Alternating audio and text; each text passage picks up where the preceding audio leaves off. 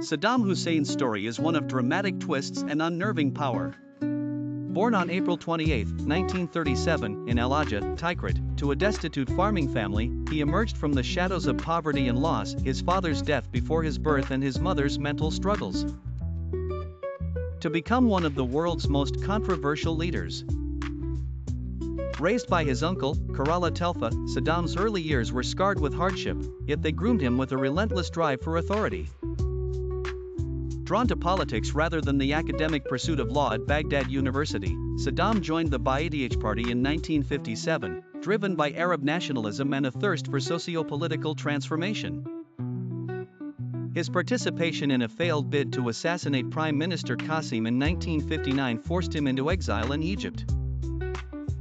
But Saddam returned as the political winds shifted. By 1968, he'd clawed his way to becoming vice president under the Ba'ath regime, steadily tightening his grip over Iraq's military and intelligence divisions. When 1979 arrived, with uncanny precision, Saddam manipulated President al-Bakr's resignation, planting himself firmly as Iraq's president. Promises of a prosperous Iraq fueled his reign. He channeled oil revenues into ambitious infrastructure projects, schools, hospitals, and grand economic plans. Yet, his merciless suppression of political dissent exposed a governance ruled by fear. The Iran-Iraq War, 1980 to 1988, was a defining period, a ceaseless bloodbath that bled both nations, where Saddam cast himself as a wartime hero amidst overwhelming human and economic cost.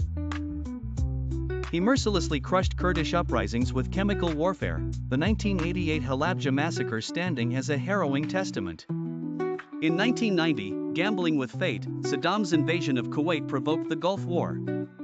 Defeat came swift under the might of the US-led coalition, marking the beginning of the end. Within the walls of Saddam's inner circle, family was both sanctuary and political fortress. Sajida Telfa, his first wife, bore 5 children, including the infamous Uday and Qusay, who mirrored the tyrannical ruthlessness of their father, a legacy that seeped into Iraq's very governance. His second wife, Samira al-Shabandar, remained ever in the shadows.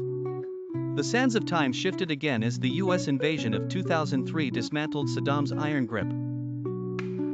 Captured in a humble hideaway, tried for crimes against humanity, his execution on December 30, 2006, closed a chapter eternally inked with controversy.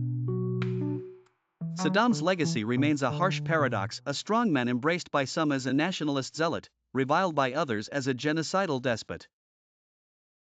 His story is a treacherous journey from rags to power, where pride came before the fall, and history offers its harshest lessons to those who wield power without foresight or empathy.